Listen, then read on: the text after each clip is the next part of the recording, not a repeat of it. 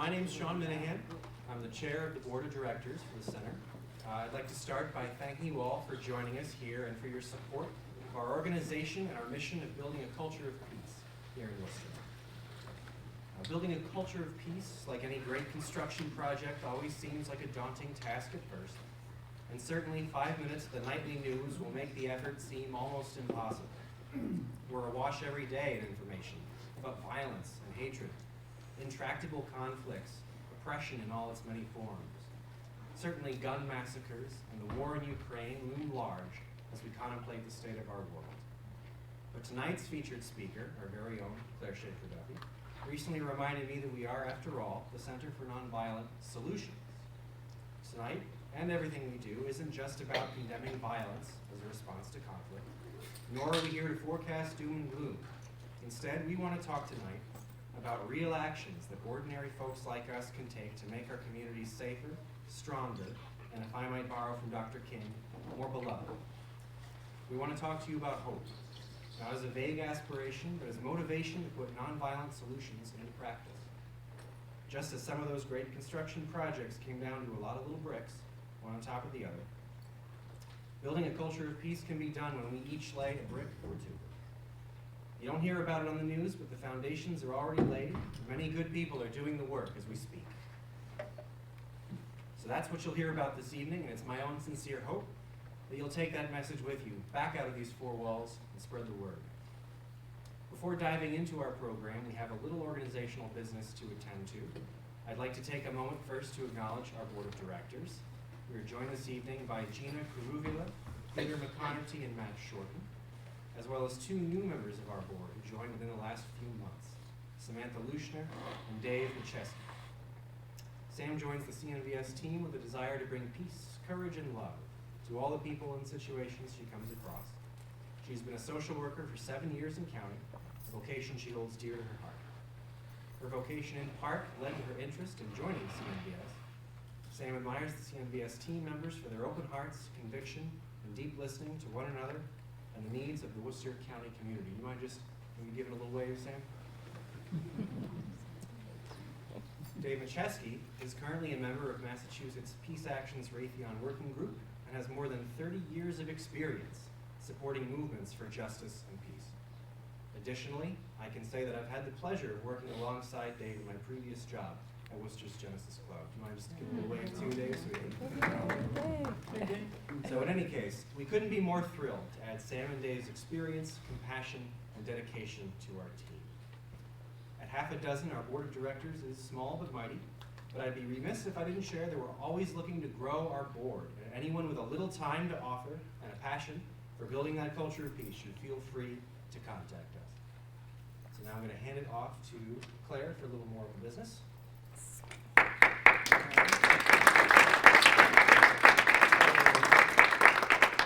Good evening, everyone. Thank you for turning out, and so many of you are such faithful supporters, and we really appreciate. Can people hear me? Yes. Yes. All right, good.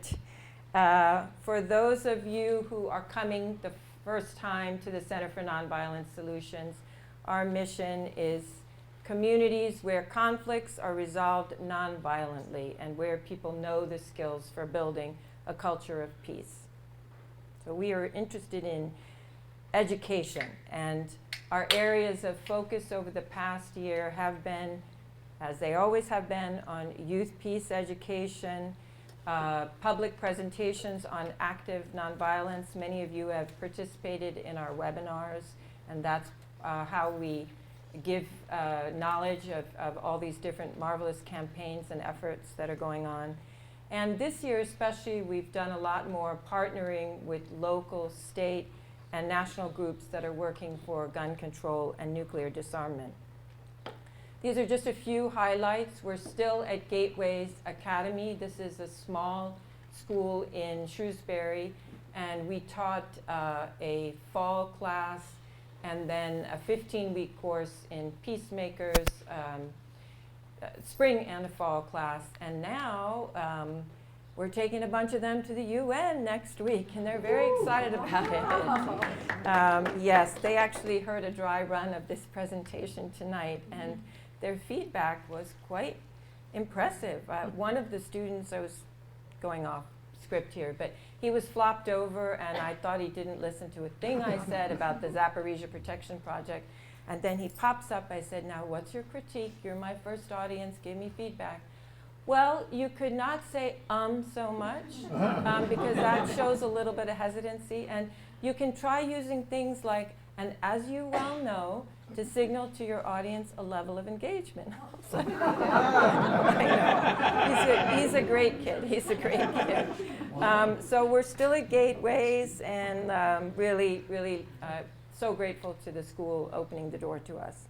And last spring, we taught a workshop on nonviolent communication, and I just want to give a shout out to the amazing Marge Ropp, because she was with us, with me through the whole journey. And Marge was the leading light in that endeavor, and that was the first time we had done a workshop at Abbey's. We continue to do our walking tour of Worcester's peace history, which is innovative way to educate the public.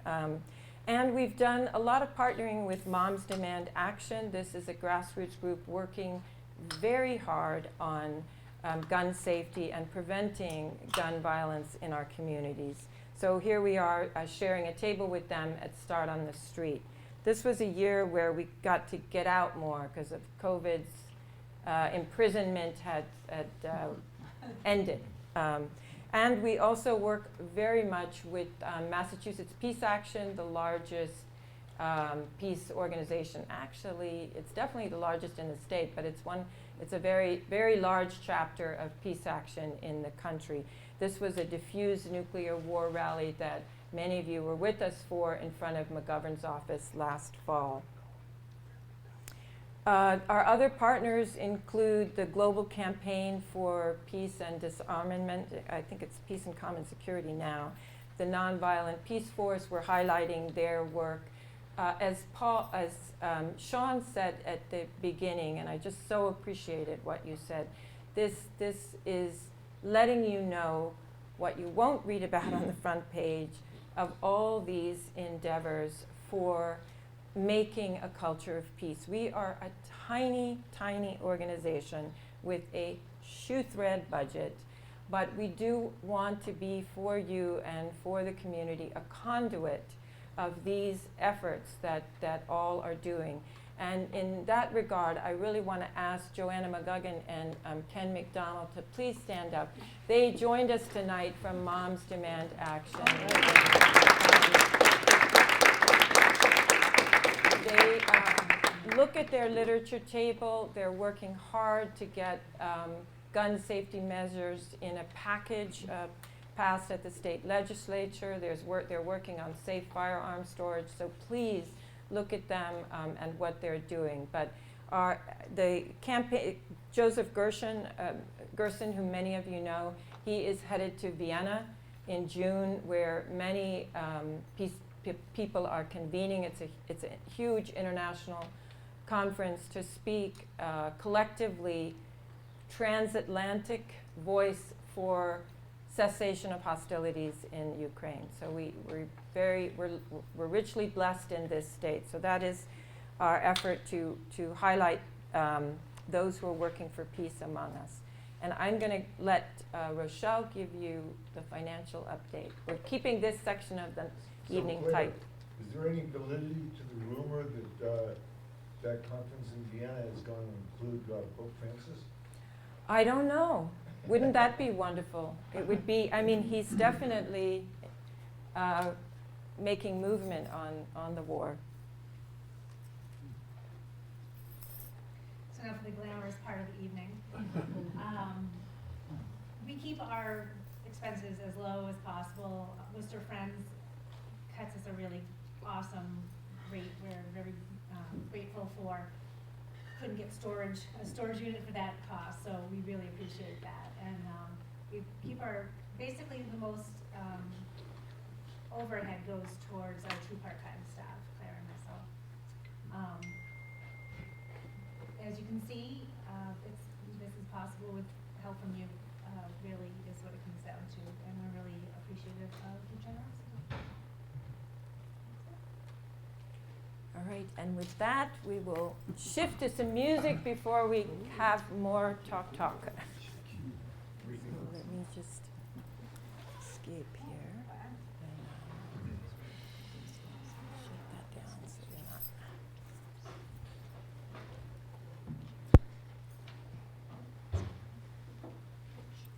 Well, good evening again, everyone. I'm Samantha. So good to be here with you all, and thank you again for coming. So I have the great pleasure of introducing Joe Buber, who's going to serenade us with song. He is a writer. He's a writer, a musician, an actor. He's born and raised right here in Worcester, Massachusetts, and he splits his time in Massachusetts, New York, and Dublin. And when Joe is not acting, he is called into schools as a therapeutic crisis intervention consultant. So quite the talented guy here. So thank you so much, Joe, for being here. Yay, Well, even Joe. just like going off what I've heard already, like the idea of finding hope in the burnout of so many things. And for me, songwriting has always been like a big way of alchemizing a situation that's defeating and like really hard. And I try to stay positive, but I've always been cautious of that word. And the best way I can think of it is like, when I'm optimistic or being positive, it's not that I'm ignoring the bad things, it's that I'm experiencing and feeling all the bad things, knowing that there is a shift possible. And I wrote this song in the thick of a kind of rough spot, and with that in mind, I guess, and it was just from that point of view. And it's called Note to Self, and then in parentheses, Lucky. All right, here it is.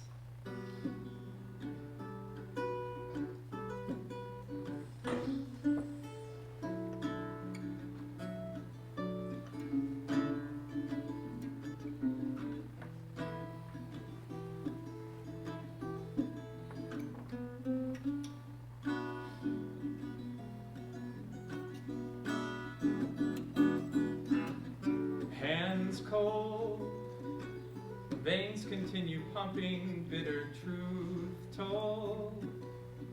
You're smiling like a pumpkin, are you well? Hell no, no, but that won't keep you down. Just let the moon glow,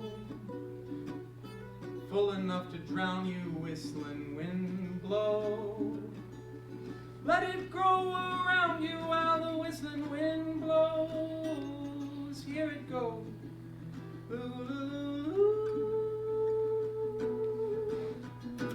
Cause nothing keeps you down. For a while fight, but that won't keep you down. And when the clouds subside, the stars are still around. Ooh, how lovely they all are. How they seem so close even though they're all so far. So let the fireflies go free from that old jar. Can't you see you both just need somewhere to start? Won't you begin? Won't you begin? Won't you begin right where you are? How lucky you are, but your heart's caught, tethered to an anchor, bound by throat knots. Nothing you can do but do the robot. Ooh, if you still remember how. But your lips are numb, holding on to something you're detached from. Loneliness feels more and more like freedom before it all comes crashing down. But nothing keeps you down. Can't breathe right now, but that won't keep you down. Just poke a hole to breathe and weaves those whistling sounds.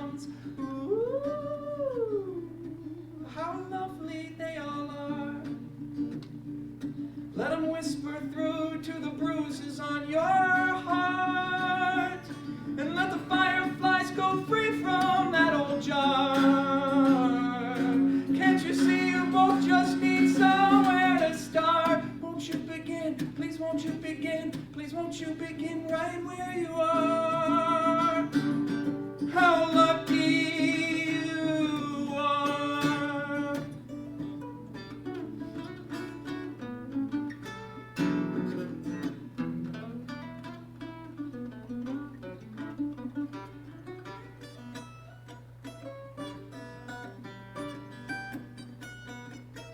You've seen enough storms, but singing through your blues will keep your roots warm. And you'll be back in springtime in some new form, loving things you've never loved before. How lucky you are.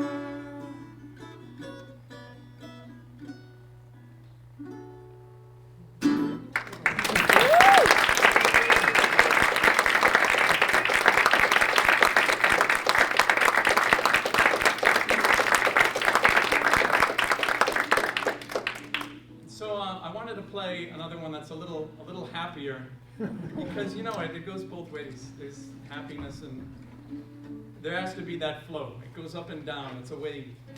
But this is a happy one about kind of traveling and I don't know, remembering where you're from and being excited about life and all the things that it has to offer too. This is called Watery Blue Sand.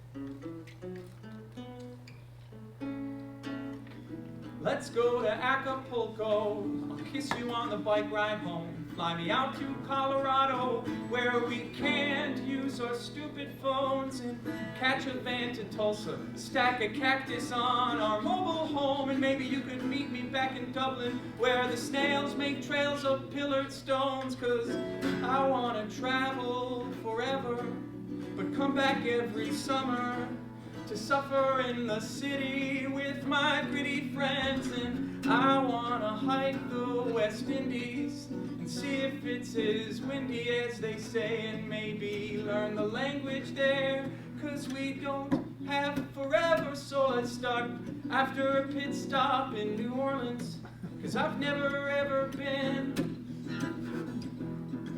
'Cause I wanna travel through the desert till I find a fake oasis and go diving in that watery blue sand. So let's go hiking where you grew up, past the power plant in the sewage dome. Smell the fecal matter in the air that all your life you've known. Then we'll leave as quick as lightning, catch a motorbike, go to Tupelo. Maybe we could visit Elvis since he's always so alone. But I wanna travel forever and see all of the best things that man and nature made. And I wanna swim past the deep end, I wanna cut my skin on coral, I wanna go snorkeling and see a real mermaid. 'Cause we don't have forever, so let's start. But first let's take a bus to Worcester, I gotta see my family, 'cause they're like the best thing, and I would die happy if they're the last thing I ever lived to see. So let's start in Worcester with a compass and some kind of plan. We'll build our engines up with hope that where we die will be the promised land. We'll meet a horse in North Dakota, watch her run and let her be. And maybe you and I could settle in Seattle for a year or 3. But I want to travel forever and see all of the strange things that happened in a song and how they came to be. I want to see them for myself, the ancient pyramids of Egypt, and what seeing them unlocks in you and me. 'Cause we don't have forever, so let's start after a pit stop in Croatia to visit my friend Dan. Hey Dan, how's it going, man? 'Cause I wanna wander through the desert till I spot some fake oasis and go diving in that watery blue sand.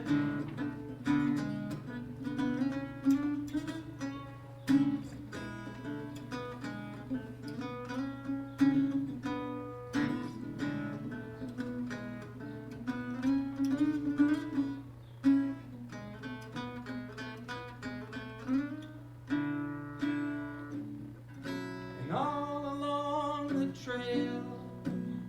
When we get lost, let's sing a song or two to remind us that the journey's worth the cost. Oh, there's no one else that I'd rather choose. 'Cause with you, if we wander through the desert and spot a fake oasis, we go diving in that watery blue sand. Guess that's just as real as the feeling of being so in love and risking everything, giving everything it takes to take a chance.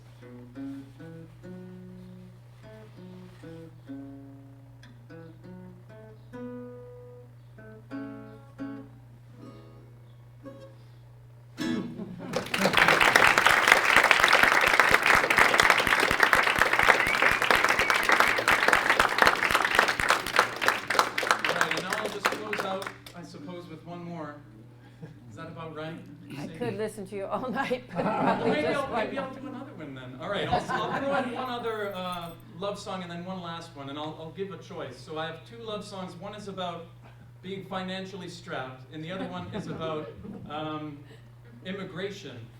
So there's two of them. They're both happy songs. So let's hear a rootin' tootin' holler for the immigration one. Yeah. All right, there we go. For being strapped financially. I think I'll do the immigration one. It's one of my favorite ones anyway. It's called Lover with an Expiration Date.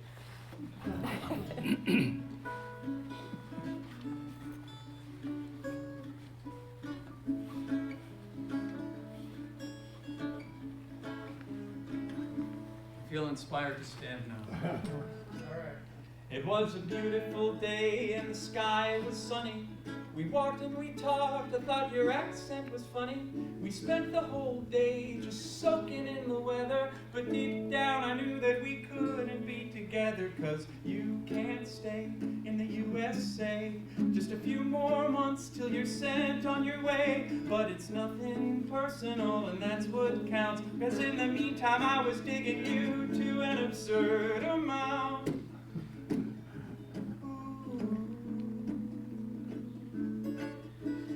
Uncle Sam is like a surgeon who's picking me apart, 'cause he's removing a foreign object that's been lodged deep in my heart. We made the first mistake and we got too far. Now I don't want to let you go. And even though it's never mentioned, silently we both know that you can't stay in the USA. Just a few more weeks till you're sent on your way. But we're both here now and everything's fine. So let's forget about reality and just coast for the ride. For the ride. Oh, we're both so young and my income is dirt. As days disappear, we continue to flirt, 'cause we're both playing dumb, guess we just won't think.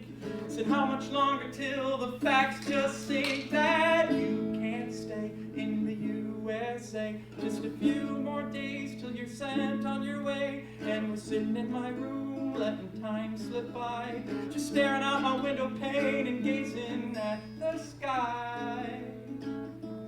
At the sky. Oh, you call me up on your Metro PCS. For folks out of the country, their plans are the best.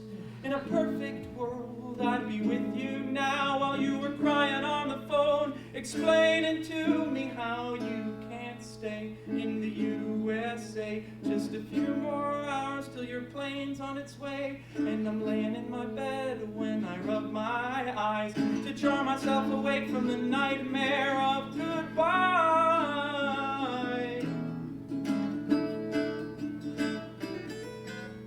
And so it seems we've reached the ending of our story, but my heart, it must have just ignored it. A love like ours, it just can't wait, 'cause if we do, you'll get deported. So I grabbed the cab across the city, and I got there just in time. as your plane called its final boarding. Oh, I also called out mine and I said, you could stay in the USA if you just say I do. Essay, things like these for me are hard, but if you put your hand in mine, baby, I could be your green card. Yeah, I could be your green card. Yo puedo ser tu green card.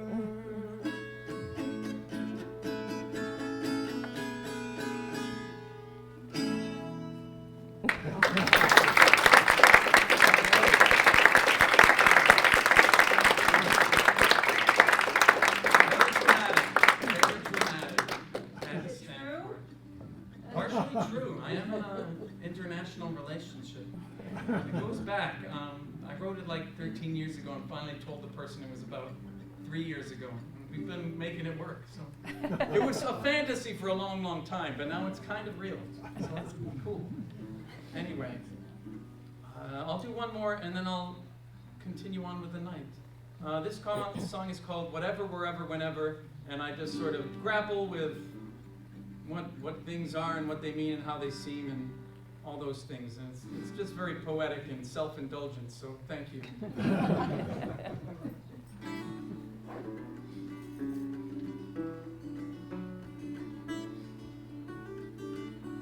Before it's all over, before we come clean, before the sun rises once more, could you tell me what anything means?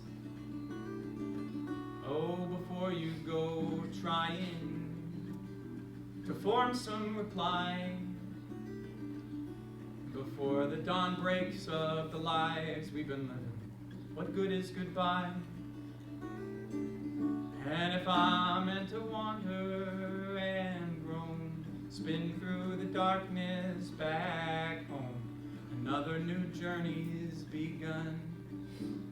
But home is whatever, wherever, whenever you let it become. And all that I would do are the things I still will. I don't mind if the weight of this burden's gonna crush me. I'm happy to feel. And it's hardly the logic that makes things so tense. But it could be the hundreds of things we're so sure of that just make no sense. 'Cause darling, I've realized so much. My mountain of true love turned slush, but we made the most of a cold night. Love is whatever, wherever, whenever. Love is all right. If you were the reason, well, I guess you still are. And if the sun rises once more in the east, well, I'm west in the dark. But I'm comfortably stuck here on call. My prayers feel like nothing at all. He's still lost in a young love's first waltz. God is whatever, wherever, whenever, forgiven it all. Oh, there's no need to hate me, no need to reply. Oh, I finally see it so clearly this side. There's such good in goodbye. In all of my sorrow, all of it much. Grief is a lover's last touch. And grief is whatever, wherever, whenever. Grief taught me so much. Holding back tears like a tailor, stitching up moods like a shrink. And I'm sifting through hats like a panhandling juggler, struggling to catch everything. Know that I'm trying to get through, know that ain't so bad as it seems. Death is whatever, wherever, whenever. Death is a dream. If I'm meant to wander and roam, spin through the colors back home, home could be easy. 'Cause home is whatever, wherever, whenever, and love is wherever, and grief shows its measure, and death is whenever, and joy is the same. Our gods are whatever we do in their name, much like the visions the blind come to see. It all is whatever we take it, forsake it, or break it, whenever we wake up half naked and fake it, whatever ridiculous scheme, whatever impossible dream that we make it to be.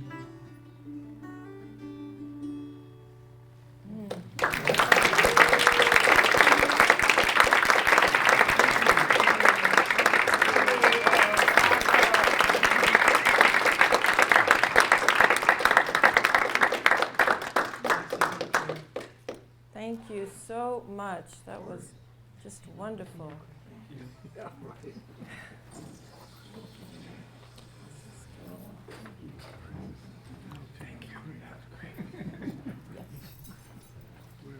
We have a four song first.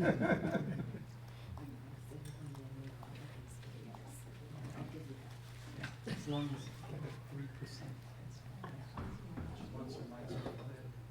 Not yet.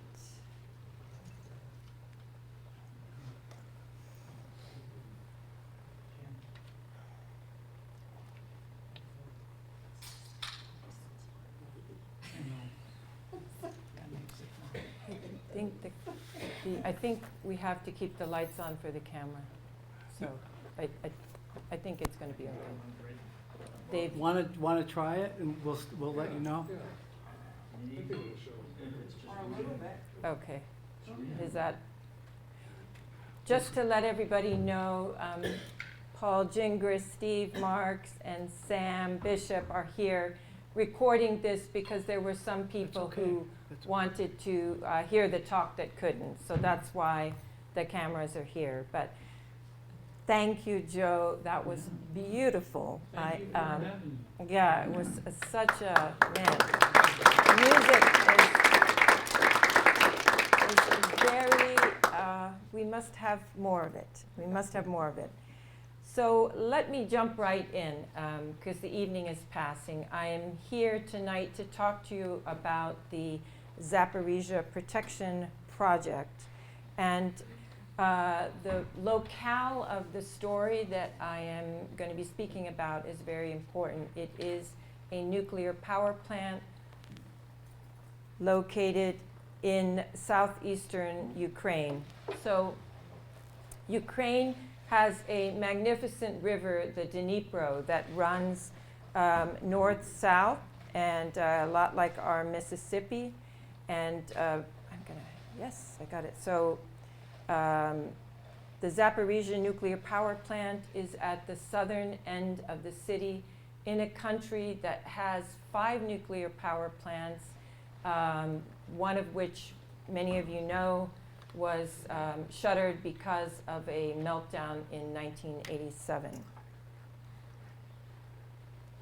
This is an aerial view of the plant via Google Maps, and it's to show you that the power plant is here at a wide point in the river where they've also built a reservoir for cooling.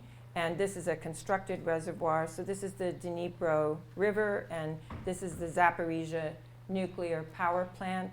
The Russians, since the war began in 2022, there's another war that began in 2014, but they have control of the southern bank and southern area of the river, and this is Ukrainian-controlled territory. So this is to orient you a little bit geographically. The Zaporizhia nuclear power plant has 6 reactors, so these lovely pink dots that you're seeing are the reactors. It's on shutdown now. Only one is operating on a hot shutdown, to provide the facility some power, but the rest are reactors are shut down. So a few quick facts. The plant was constructed between 1984 and 1995. So that would be when Ukraine was under a part of the Soviet Union, so Russian construction, Russian technology.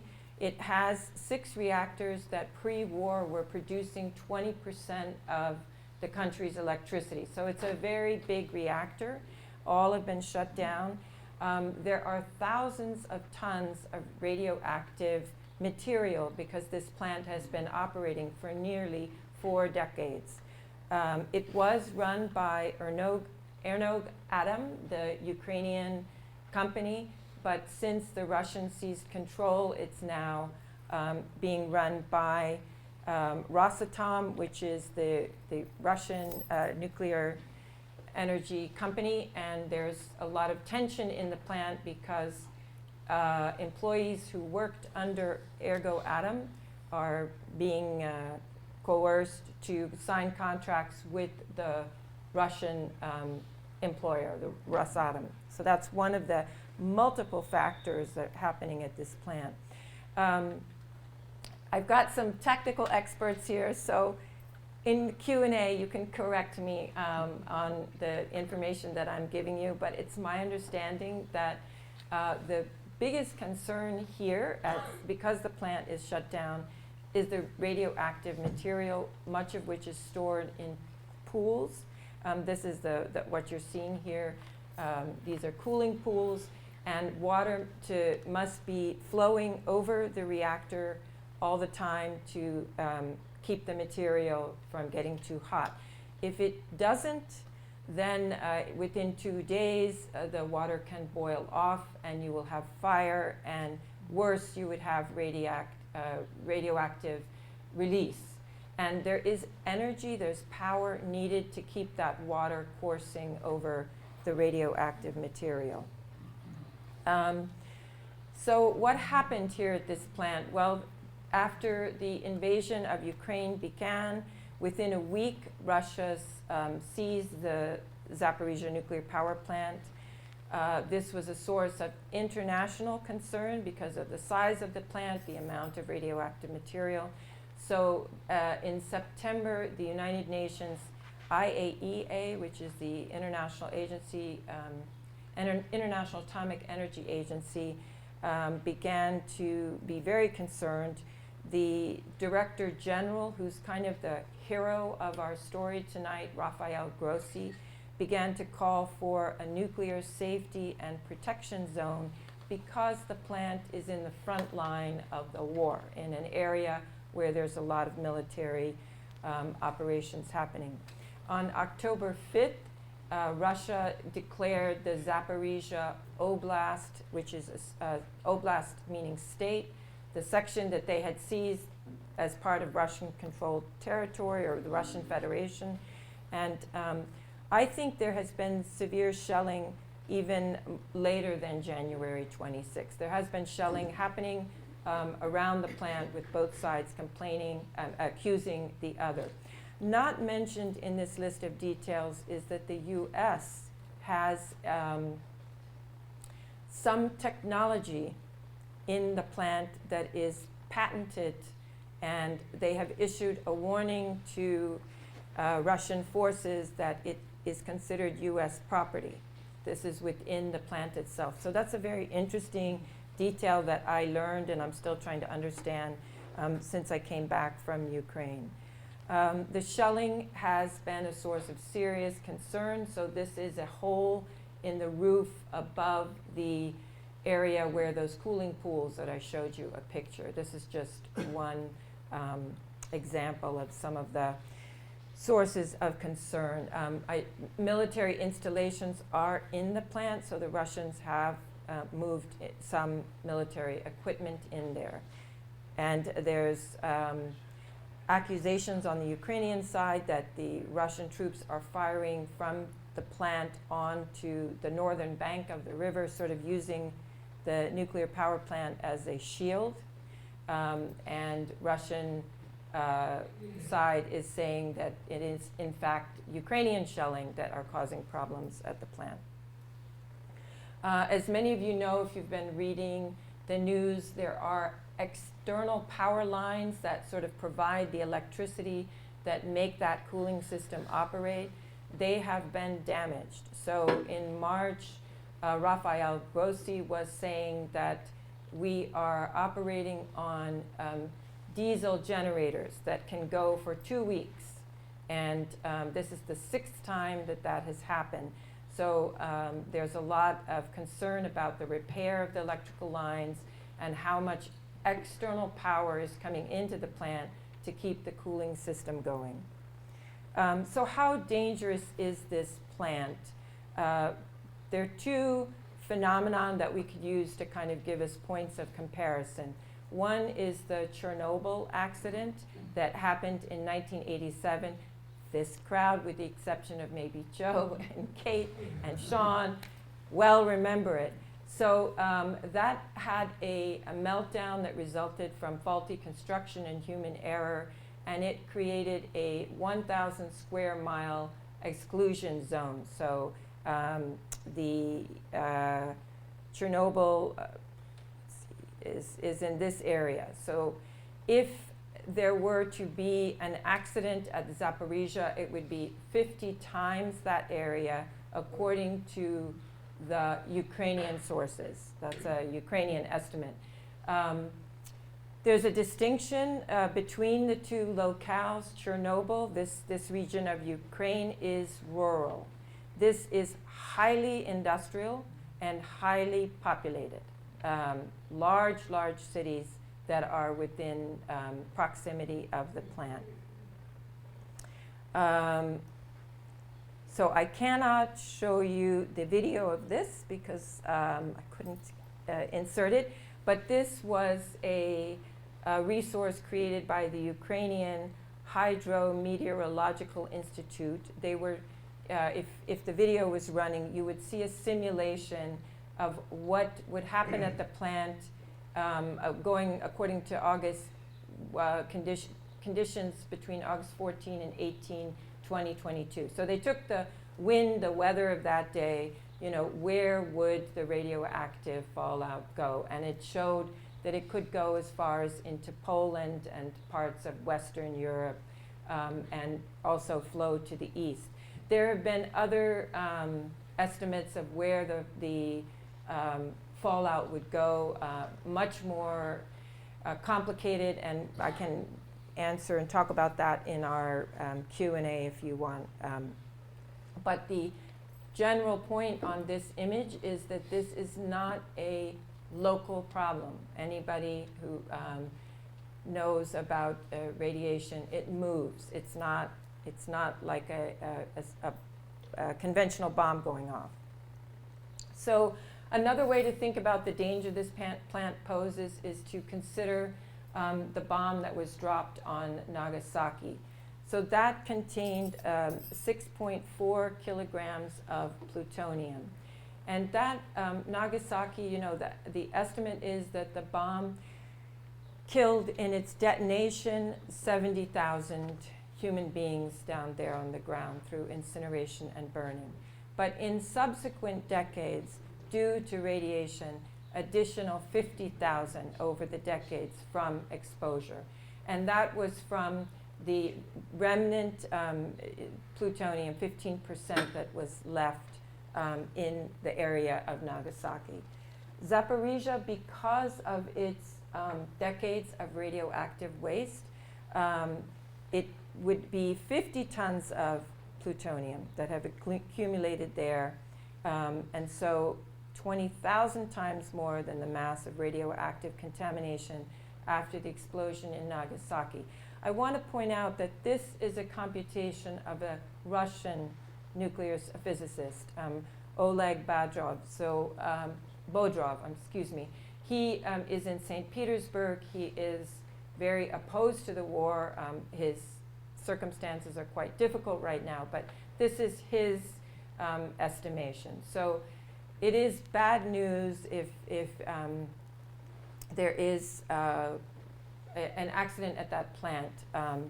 And Paul can tell us more maybe in the Q&A, but with the Nagasaki bomb, they detonated it above the ground, partly to keep the radiation from not being so prevalent, I guess, on the Earth. That would not be the case here. That would not be the case here. So this has been keeping Rafael Grossi, who is the IAEA chief, up at night. He's pled with the international community to, one, allow inspectors, and two, to establish a nuclear safe zone around the plant. He says, you know, we're playing with fire. He's certainly not the only voice on this topic. This is the UN Secretary General Antonio Guterres, who in a recent address was saying any potential damage to Zaporizhzhia here, meaning the nuclear power plant, is suicide. So Grossi succeeded in convincing President Putin to allow IAEA inspectors into the plant. Initially, there were 14 inspectors. Now they're down to 2. They come in on a rotating basis. They're physicists, they're technicians, so they're checking the mechanics of the plant. And he has pled, you know, for a 30-kilometer nuclear safety zone so that there would be no artillery fire, no munition exchange around the plant. His actions, he's not succeeded on that second point. But his efforts at negotiation so impressed Dr. John Ruhr, because Grossi was able to meet with President Putin at a time when people were saying, you know, there's no negotiating. So this action of this voice out of concern for all sides of the story here, Ukrainian, Russian, Western Europe, and beyond, potentially Northern Africa, moved Dr. John Ruhr, who is on the board of World Beyond War. He's a retired ER physician with a long history of working on peace teams in Colombia, Haiti. He's been in South Sudan. He was in Ukraine last fall and wanted to know what are the possibilities for the peace building in this war context. And many of the organizations that are working on peace building, they were doing humanitarian efforts and had basically accepted that the military path and Ukrainian victory was the only path that would solve this problem, and so there was no application of nonviolent strategy happening mid-war, and this really concerned John. He's a very committed peacemaker. So he conceived of the Zaporizhzhia Protection Project based on the following obvious details: that the war presents a grave danger to Europe and the world. So this is not just a local catastrophe. It has large reach. That there is no military way to ensure the safety of the plant. This is a unique reality. You cannot solve this problem with weaponry. Weaponry, in fact, intensifies it. That the International Atomic Energy Agency inspectors have led the way by entering an unoccupied territory in a war zone, unarmed, to ensure the safety of the plant for the good of human beings. So John points out that this is really remarkable, that they have gone through Russian-controlled territory, gotten access, and they have no training in nonviolent strategy, and yet they have achieved this. And there are thousands of people, dozens of organizations who have been practicing unarmed civilian protection, and could they apply that approach to the situation at the plant? So his project proposal had as a goal to support and amplify the work of the inspectors. So originally to bring in unarmed civilian protectors to accompany the inspectors who are at the plant. And there was a second, which is to, if it was possible, to broaden that capacity and use international unarmed civilian protectors to create that 30-kilometer zone. This was John's, this is the original vision of the Zaporizhzhia protection project. So what exactly what is unarmed civilian protection? It's, or UCP as it's called. It refers, as its name suggests, to unarmed people protecting civilians in violent conflicts. And it works before and during conflicts, but mostly during. And this makes the strategy of UCP very unique in a humanitarian context and in a peace context, because it's often peace building is happening post-conflict, or when the conflict is very fragile. So some examples of how UCP has been used. It's been used by Nonviolent Peace Force in situations like South Sudan, where communities recently have signed peace accords, but things are very fragile. This is the most well-known application of UCP. Nonviolent Peace Force is the largest international organization doing it. But it's also been used for those of you familiar with the war in Central America. Have you heard of the term Peace Brigades International? Anybody familiar with that? Does that jog a bell? Or yes, okay. So they were using internationals to accompany human rights defenders, basically to keep these people from getting assassinated. So it's used in that context. It's been used by peace teams in various settings. And more recently, it's being used for protection of communities that suffer from an endemic of violence. And the approach here is like a public health approach, recognizing that violence is not necessarily indicative of the community's lack of moral training, but it is contagious. That communities where violence is occurring, it has a disease phenomenon. So how do you contain it? And UCP is being used for that.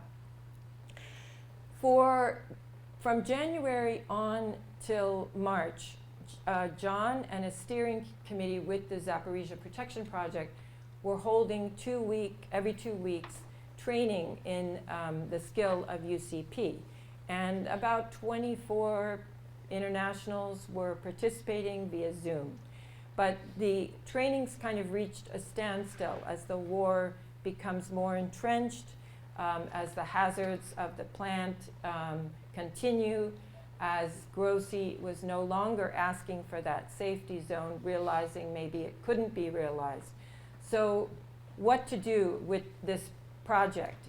It was decided to send an exploratory team to Ukraine and see what the people living in that radius of potential destruction thought about non-military means for protecting the plant. So you could think of this as going to Tier 2. The original hope of the project was that there would be a mandate granted by decision makers on both Ukrainian and Russian side to allow internationals access to the plant to protect it. That had not been coming, so now to go to local people and see what they thought about their capacity to protect themselves potentially from a potential nuclear accident. So 4 of us set out, and 3 from from Baltimore. And your wonderful song about traveling, Joe, that is all we did. We just were hopping planes, buses, and trains. It was a lot of traveling on this trip. We flew into Warsaw because you can't fly into Kyiv. And from Warsaw, we took an 18-hour overnight bus into Kyiv that was full of women going to see their men for Easter break because they were about to begin Orthodox Easter. And in Kyiv, we stayed briefly for 2 days, meeting with the small peace community of Kyiv, which was a young couple, Katya and Sergei, I'm not going to use last names in some instances here, who were exploring, how to communicate a message of nonviolence in a city under siege. It's very difficult because people have had their homes damaged, their loved ones killed. So this was a lot of educating on John's part and our listening. To John's left here is the wonderful Charles Johnson of Chicago Peace Action. He was one of the team members. And over here is the most tireless voice for Ukraine's pacifist movement, a gentleman named Yuri Shilakenzo. And he has been speaking up for Ukrainian conscientious objectors. They are there. And their rights and speaking up for nonviolent alternatives. So there's a saying that, if you can't find peace builders, yep. He's holding The Catholic Radical, his article. yes, which featured his article. If you can't find peacemakers in a community, you're not looking hard enough. And what was fascinating in talking with Katya and Sergey is that they credited the Jehovah Witnesses with their own migration towards peace, because they are unlike the Orthodox Church, the national churches are not really aligned with the war, but they were offering assistance to this couple, and it was through the Jehovah Witnesses. I found that very interesting that they learned about peace. After Kyiv, we headed east toward the war's front, going to the city of Dnipro. And as we moved east, so too did the soldiers. They too were heading to the front. And it was in Dnipro that we spent the morning with Sergey Vivchar, who is a Protestant pastor of an independent church. And he was just a remarkable gentleman. This is the whole team. Peter Lumsdaine from Washington State, myself, Dr. John Brewer, and Charles on the far right, and Pastor Vivchar's in the middle. And he was very eager to show us the city of Dnipro, which is a population of 1 million, half of whom have fled because of the war, and half, still 1 million, because half of the incoming are people displaced from the east. This is a city along the river. He was talking about the municipal projects that never came about, so he was, very much a local guy showing us around. Dnipro, the city, is on the Dnipro River. Their riverfront is quite lovely with parks and bike paths, and so he wanted to show us that. He wanted to show us the famous Jewish Museum. But it was here in January, in the very newly constructed apartment buildings along the river, that mortar strike hit shortly after New Year's, and it was in the afternoon, and Sergey said people were shocked, just shocked, because it was such a blatant attack on a civilian space. And when you go close, you can see the intimacy of the devastation. You can see blankets coming through the window and teacups still, because it's the kitchen ripped by the bombs. So you can see the personal lives that are just immediately devastated. But also with war, there is that international and social devastation. So hanging from the banner, from the blasted apartment building, is the banner calling for Russia to be kicked out of the United Nations, no longer to be part of the international community for its actions. The pastor was such an interesting man. The war had altered his plans. He had to say goodbye to his family. His wife, his child, his mother-in-law live in York, England. They've gone there to stay safe. They, as the young couple, was planning to have more children, but that has changed. He stayed behind. And he said, sometimes I am a trigger for the young Ukrainian men, because he is not fighting. He is a pastor. But he has often gone with that white van to the front to bring people from the east into safer zones. He absolutely has no trust of the Russians, said that it was a lie to say that they were brothers with the Ukrainians who live in the east, because the people speak the same language in eastern Dnipro is a city in the east, and Russian is a dominant language there. But it had also changed his life pastorally. Many of his congregants are refugees or internally displaced people. He said new people every week, so it had turned his church into a place of ministry for the displaced. But amidst all of this, he was extremely attentive and curious about the questions. How can you locally protect yourselves? He said, this is a good question. Our bomb shelters are in our schools and they're old, they're not in any good shape. You know, we haven't thought about this. He was very touched that the international community would be concerned about the fate of people in Dnipro on this subject. From Dnipro, we traveled even farther east, again going closer to the war front, to Zaporizhia, a city, as well as the name of the nuclear power plant. It's a city of 1,200,000 different industries. This is just random shots. It's very difficult to give you a sense of a place when you're only there for 2 days. We stayed at the Hotel Teatralny, which was a very, very posh place in its day, right next to the theater. Lots of big stars, Ukrainian and Russian stars, stayed there, including Western stars.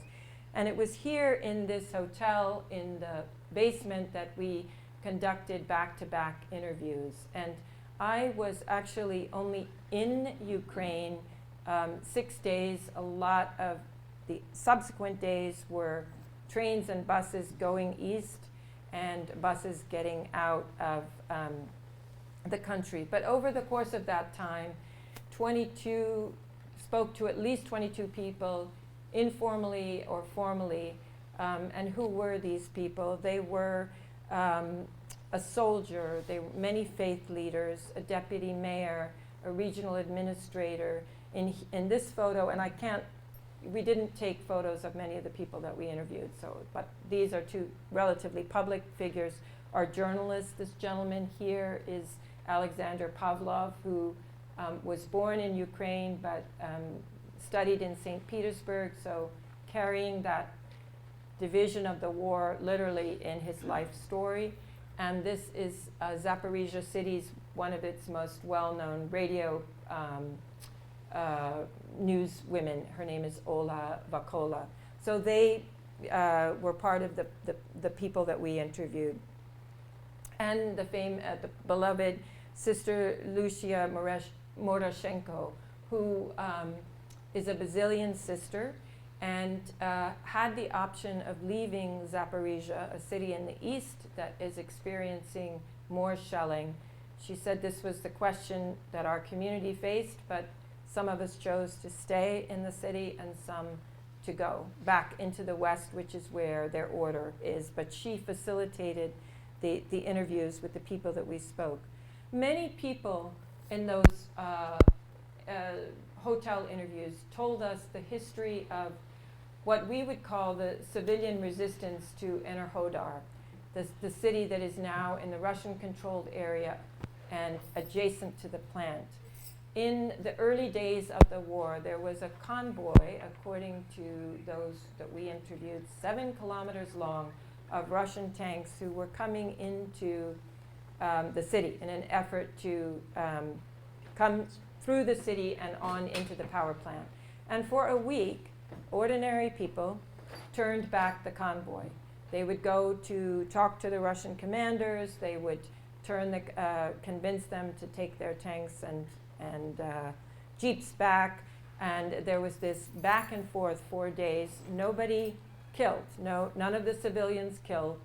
The civilians, it wasn't entirely non-violent. The civilians were trying to get the Ukrainian troops to come and support the National Guard that was defending the plant, but with minimal capacity. They were telling the Ukrainian military, this is where the Russian troops are located. So there was division within the city of Hodar. Do you rat out the Russians? Do you welcome the Russians? So, because this is a town that had mixed reactions. So that's a factor that we learned being on the ground. I'm going to go back to that Google map because after being in Zaporizhia, we went to our ultimate destination, which is this little, it's not little, it's a town of Marganets or Marhanets, depending on who's talking. The Ukrainians say Marhanets and the Russians say Marganets, so it's very similar. But for your purposes, it is 8 kilometers from the front. It is this in Russian-controlled territory located directly across from the Zaporizhia power plant, which is right here, and this is the city of Enerhodar. So we had one contact in Marganets to welcome us, with whom John had been communicating for months. This project can be likened to any rock climbers here, or former. So I'm not, but when you watch them, they are looking for a place to clasp before they take the next ascending step. It was that, to find a contact person, a host, somebody that would open the door to us and to our questions. And the gentleman who did was a very unusual fellow, a dissident during the Soviet era, a man named Oleg Sofyanek, and you could make a movie out of his story. He was a marathon swimmer. He himself was not a native to the town of Marganets. I thought that he was a shady dude, and why are we working with him? But at the end of the day, and here we are in Marganets, which, by the way, means manganese, because it is a town that mines manganese. So any chemists, MN is for manganese, right, I think? I did terrible in chemistry, but that's one thing I learned on this trip. But Oleg procured an apartment for 2 members of our team to stay for 3 days. The shabbiest, bleakest, most uninviting apartment you could imagine. But it was a place to sleep, no bedding, no hot water, which is why the landlord is there with the kettle. But it is where John and Charles, the most ascetical devotee of Thich Nhat Hanh that you've ever met, graciously stayed in order to meet these people at Marganets who live in the shadow of the nuclear power plant and hear their story. And Oleg had arranged for the town's members of the town to come and welcome this odd entourage of Americans. Half the town here has fled, but there were still, I thought all the women had left, there were still some. Olena is the woman over here, social media for the city hall, and this is a former teacher staying in this town with her 2 small children, and Gennady, our driver. And we were arranged to have a very remarkable meeting with the deputy mayor of Marganets, who had on his desk the Zaporizhia protection proposal. He was initially very baffled, very no hope with negotiating with the Russians, very clear on that. But he continued through the course of the discourse to say, well, do you have a plan? You know, how can this be? How can this happen? And as you would imagine, he was affronted at our questions about the town's safety protocol for the plant. So you can think, if Ukrainians came to Worcester City Hall and said, what's your game plan, you know, for dealing with a chemical disaster, it would be a bit insulting. So, but their plan was 1 evacuation route, no shelters available, and potassium iodide tablets given to all the residents for 1 form of protection from 1 possible cancer. So I should say there was confidence that the plant would never have an accident. It was well built. There was like local pride. In fact, it was considered to be the safest place to be when the war erupted. That was the local assumption because the Soviets knew, the Russians knew of the plant because it existed in the Soviet period. So one woman said, you know, I told my family, if you're worried, come to Zaporizhia. They will never attack here because of the plant. But that proved otherwise. We also met with, Oleg arranged for us to meet with the people at the House of Prayer. This is a Baptist deacon listening to a description of the project. We relied heavily on Google Translate to converse with people because while we had a translator in Marganets, she was not fluent, but she was lovely, Natalia. And the town, like all towns, is proud of itself. So our translator, I was only there one day, but after the meeting with the deputy mayor, they wanted to show us the city. And so they showed us the Palace of Culture, the soccer field, all which looked ghostly because few people are there. The new school and the park. And it's not the only park. There's a new park for lovers in the center of town, which we didn't get to see. This one, though, was the one that was built during the communist period, and it was lovely. It had a central fountain where the news was broadcast daily. There was a summer theater, an open-air dance floor, all looking rather spookily barren. No people, and the park had not been used.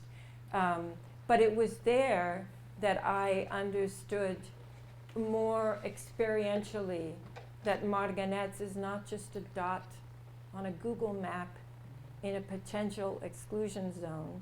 It's a town with people who loved their park, who had summer theater, dancing, who had their football team named after their miners, who had their details, who have their life. And I was so relieved to kind of see the greenery because there's a lot of grit and industry down in that section of Ukraine. And I was asking Natalia about the tree on the left, and she said, oh, well, we have chestnuts that when they bloom in the spring, they look like candles.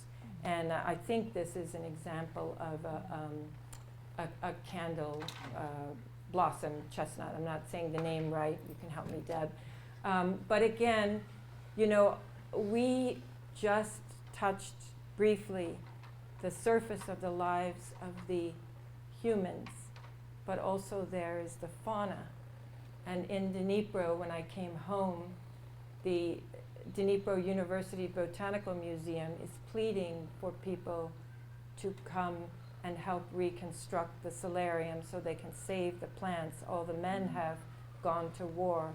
So again, all this living life that is in this area that is, you know, potentially threatened. It is impossible to state, you know, we're still assessing as a team what we learned from our interviews. We each have our own summaries. Mine, very briefly, is that there was universal distrust of Russians, so how can you negotiate anything with them? But there was curiosity about how to protect themselves, what means, what resources could they use. There was openness to that question. And there was connections that we made with ordinary people that, of course, the team and the project hopes that they can build on to continue this project, God willing. At this point, there is now a preparation for a team to go to the Russian side of the river and to try to make connections with people there. What are their plans? What are their means for protecting? Because of course, any kind of contamination would, you know, spread there as well. And that team is comprised of non-NATO volunteers. So 2 men from Africa, there's a gentleman from the Middle East, and they're potentially going to go as early as the second week of June to investigate and inquire. There is a wild ambition and hope to this project that how can ordinary, people animate and unite and practically prevent a nuclear meltdown at an enormous nuclear power plant. But I often think one has to try. If there's catastrophe, the catastrophe in trying to do it the peaceful way is far less than what it would be in the military way. And when I listen to militarists and their strategy, it's rife with uncertainty, rife with unknowns, rife with casual acceptance that enormous numbers of human life and natural life would be lost. So this approach is taking those losses seriously and very significantly trying to give agency in the context of war to civilians for their own protection. Because what does the narrative usually offer us? You can be perpetrator, or you can be victim, or you can fly away, flee.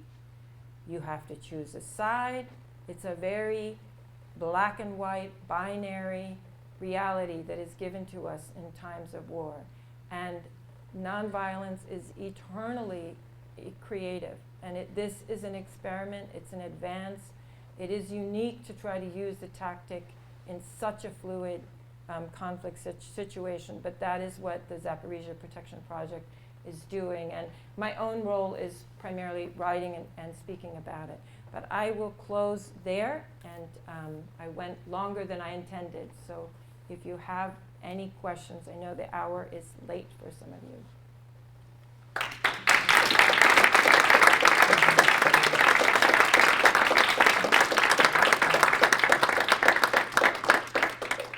I should say that's a Quaker, the Friends, not Quakers, the Friends created that graphic because they have this apparently like 24-hour prayer global being aimed at the plant, which is kind of amazing to think about. Yes? Yeah, I was just wondering if there was any potential to involve the other countries and the other European countries that would be affected by this. I was struck that Yes. civilians in those countries could Yes. say, hey, wait, let's work Yes. this out. Yes. So Campaign for Nuclear Disarmament, which is the Brits. I should say that the conference in Vienna that's happening in June is bringing together lots of different European peace people, and among them people coming from Britain who are with the Campaign for Nuclear Disarmament, and they've always focused on nuclear weapons and all things related to nuclear exposure. So this is very much on their radar. And it's fascinating. There are 36 nonviolent peace force programs happening in Ukraine even now. I don't think they're taking this on, but there is a lot of door knocking on the actors in Europe, including the gentleman who is on the board for the IAEA. He has an ear to this project. He's asked for a report. So yes, but if you have any contacts in conservation or biodiversity, because those are other voices that will be extremely concerned about outcome here. Yes? I'm going to ask you this question that the deputy mayor asked you. What is the protection plan? How would these civilians protect the plant?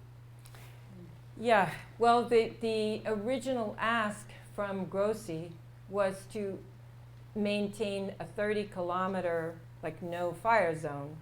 So if that was ever brokered, with the armed forces, you would need people to help maintain it, because it's always tenuous.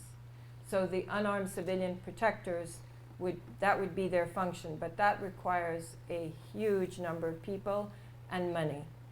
The smaller application was to provide unarmed civilian protectors for the inspectors who were in the plant, because they're working under extreme duress.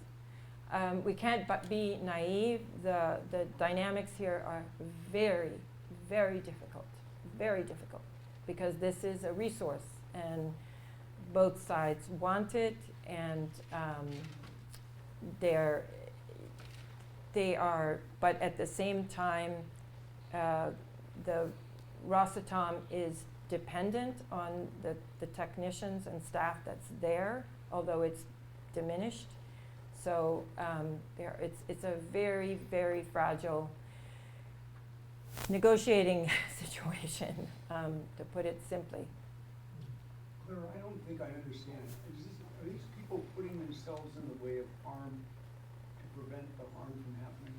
Well, I am new to the field of UCP too, but typically they will work with, they're nonpartisan, so they will come in with the knowledge of all sides. So your Russian commanders and your Ukrainian commanders know that they are present, and they are identified a little bit like the IAEA, except they're technicians. So they're allowed in, and then they would work on any monitoring violations and rumor control, looking at things that could potentially escalate to a violation of a ceasefire.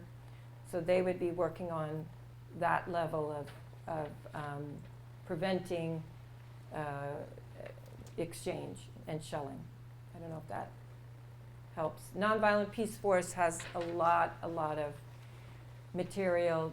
Their manual is 300 pages. So part of this January preparation was working through this manual. Yes. The conscientious objectors you met in Kyiv, Yes. Who are trying to do nonviolent means for the war, how are they being met, and how do they seem to be faring? So Yuri was helping our project, serving as a tireless translator when he was in Kyiv, and then leaving to go assist a European coming in from the West to see how the CO that was imprisoned, they're imprisoned, what the conditions were for him. Some are not publicly identifying Yuri has, but he doesn't travel outside of Kyiv because he could be taken.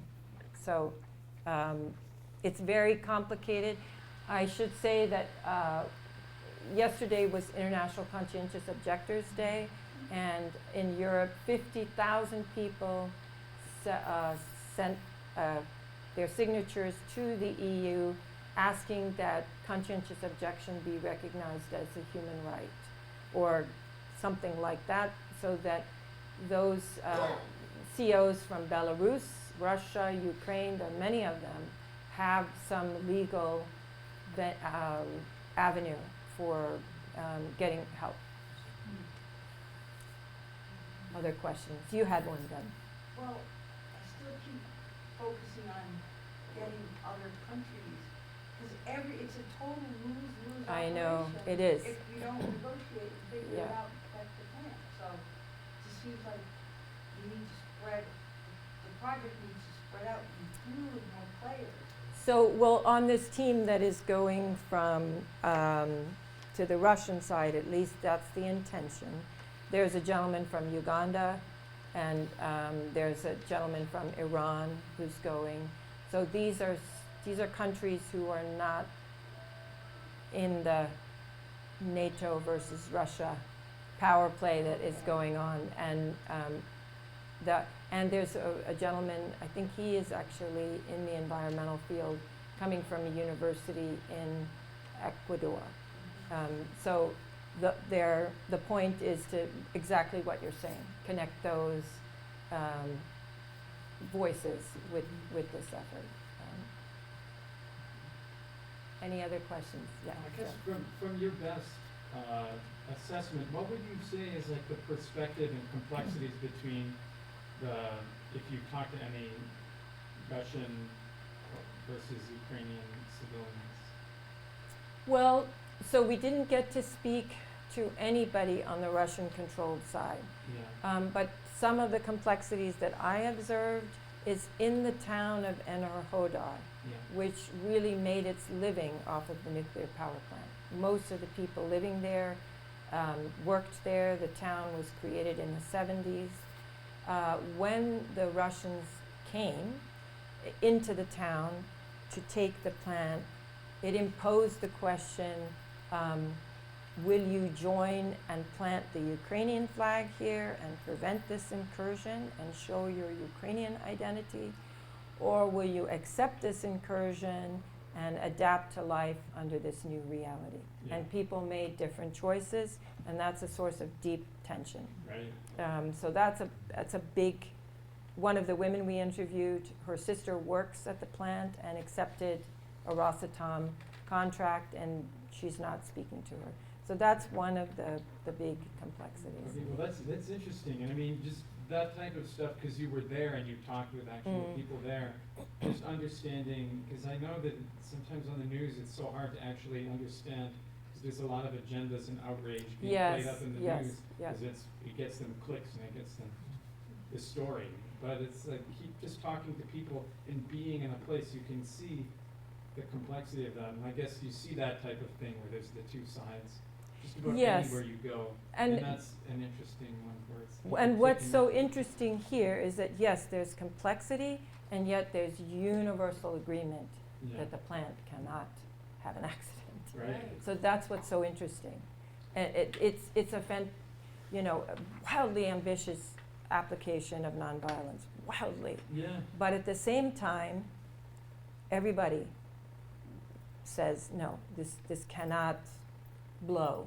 And I liken it to the movie No Man's Land, where two guys, a Serb and a Bosnian, were on top of a landmine throughout the whole movie. And they're talking to each other. But they have all their arguments and history and difference, but they both know this thing cannot blow, because then they're gone. So it's kind of a microcosm for some of the larger issues that human beings are dealing with. Right, yeah. There's some universal realities. So, yes. I just wanted to tell people that today's New York Times did a full page of advertisement from the Eisenhower Institute, and it's a great statement about how the West has some responsibility for the conflict, as well as the Russians, and how possibly some routes to resolve the whole conflict. It's really good, and I wish we have it on the table there, but you should look it up online too, and think about that. I also encourage people, whatever time Claire says, that please take the materials and finish the food. Yeah. So, yes, Gina. For people like the pastor that you spoke to, whose family is in York, in Right. England, Yeah. and who's living in this underground, sort of, in the basement of that church. How do you find their morale, and what is the end goal? I mean, we know the goal, Mhm. which would be for the war to end, but how do they see their life going forward? What about the future of his child? Yeah. So he gets to commute and go to England to see his child. He's pretty well resourced. But when I asked many Ukrainians, it was fascinating, because some would speak with confidence about the military being the path to peace. A victory is the path to peace. But then on the question of how long do you think the war will go on, they say a long time. And so there's a kind of, I think from the Ukrainians that I spoke to, and this is a very, very small number, there's a feeling of we'll just stay at it until the other side gets tired, because if we don't stay at it, they will take over. So that the agency seems to be, for all the military bluster, with the Russians. That, in that view, that was one of the common views I heard. Yeah. A very elemental question perhaps, but you were talking about all of the reactors. There's one that's operating at low capacity. Well, we've got, Paul can help me out. My understanding is they're all shut down. Okay. So there's one, though, in something called a hot shutdown, so that they can still get some power to keep the plant going. Okay. Is that right? And Okay. well, the second part of it is, are Russian men, women, and Ukrainian men and women working to ensure that the rods in the pool are, the water is flowing to keep them cool? Is it, I'm just thinking of points of cooperation Yeah. within the nuclear power plant itself. Is there that at least? So the staff number is down. The staff that was there were just the staff pre-existing war. And many of those people left, which is one other source of concern. Those who are there are quite heroic, because they're keeping the thing going, for prevention purposes. And they're under coercion to contract with Rosatom. I don't know if Russia has brought in technicians from Russia for the plant. I don't know. I don't know. But this duress of the personnel is a big, the damage and non-repair of the power lines, the duress of the personnel is a huge recurring theme on the weekly reports, and everybody can check the IAEA weekly reports. They will tell you, but those are recurring themes.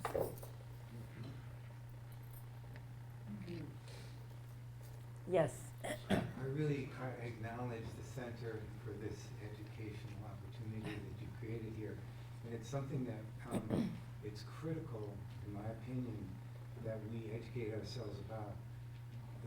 When we talk about the spent fuel pits, and the big concern about nuclear power is you have the waste that lasts for thousands of years. These spent fuel rods are in water, and they are continuously fissioning and releasing heat, and that's why they have to be cooled. And in Fukushima, the tidal wave, the tsunami knocked out the power, the pumps went off, and the rods continued to fission, generating heat that ultimately created hydrogen that exploded, and it melted the fuel rods into a mass.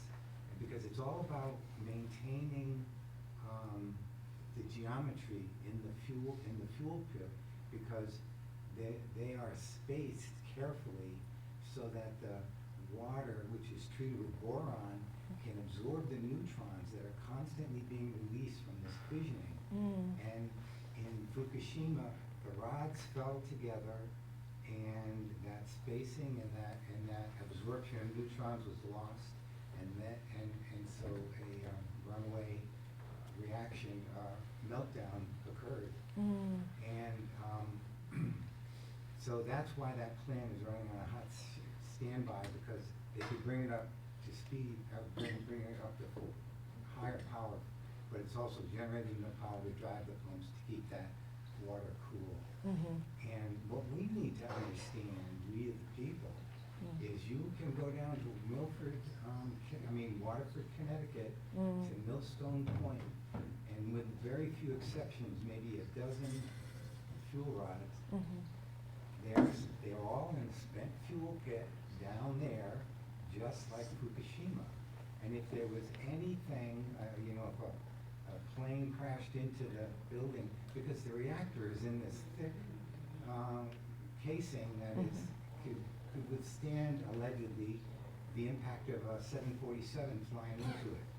The spent fuel pit is what they call a Butler building. It's a metal-sided building, the likes of which, Worcester keeps their buses in, and it doesn't have that same protection. And so, we have that condition here. Yes, And yes. so, the more we understand, we need to raise our voices about this. We need to get this country to sign the nuclear, the prohibition of nuclear weapons and all those other things. So. Yes, yes. You're absolutely right. This does educate us on our own needs here. But this is my question. What can we do?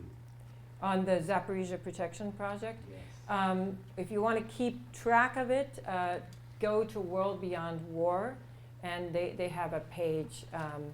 And I pulled it up. I can give it to you. If you can just ask me, I have it here. So that is a way to follow what the team might need. I think they are looking for volunteers if the project progresses. And I just want to point out that Kate Mitty's uncle is one of the team of volunteers who has been training in UCP since January. And a lot of us are north of 60 here. And a lot of these volunteers are, honestly, because they're older people with time and I think a recognition that they can make an offering at this season of life for their fellow human beings that is more complicated for a younger person to make with raising children and families. So World Beyond War, the Zaporizhzhia Project, you can look up and they will keep you apprised. Do you know why your uncle was part of it? I mean, I think it's the same. I think for him, it was a reckoning of that war is oftentimes the main solution that's presented, and recognizing also the role that the U.S. is playing in weapons sales and the many other ways in which, we and sort of our tax dollars and our support, whether it's vocal or non-vocal, is going to continue with that. And also recognizing that, nuclear war is something that fundamentally sort of we started. So whether that's nuclear power plants and sort of uranium being extracted from the Navajo Nation in the 20s and onwards, but also just sort of saying, how do we recognize that our humanity is both near us and distant from us, but it's always us that's adjacent to it. That's so beautiful. It's always us. We should end on that. It's always us. Yes. Larry, you haven't told us how you got involved in this project. Well, I know your background and inclination. Yeah. But, what moved you, and then what was the mechanism? I was very discouraged with this war. I mean, every war, but I couldn't believe it. And so there was how to respond, and John Ruhr gave a talk for our webinar last November about his experience observing peace efforts in Ukraine. And at the end of the talk, he described this project. And I was very intrigued with its practical emphasis and solution focus, because it doesn't engage in debate on whether you are militarist or non-militarist, or there are many, many analyses of this war that are very important, and there are many approaches to addressing this war. But this one seemed quite in the spirit of your mom, after there's a mess, it's like, okay, we have to, we're not, the main thing is we gotta pick up the glass off the floor, because everybody who comes through this room is going to get hurt. So we're not going to have theoretical discussions about the villain here. We're going to focus on picking up the glass. So that intrigued me too. And I just really, war eradicates our humanity. It eradicates our sense of our possibilities. Everybody is just reduced to this stat or a tiny dot on a Google map. And I hate that. So I think the way to fight it is to be with people who are trying to say we have to figure out what is our capacity in the context of enormous violence. So a lot of reasons.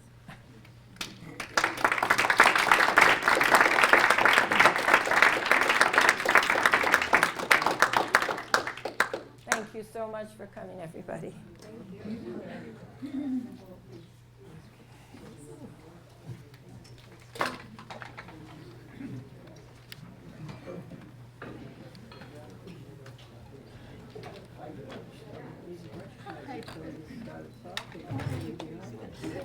Good to see you, yeah. Nice to see you.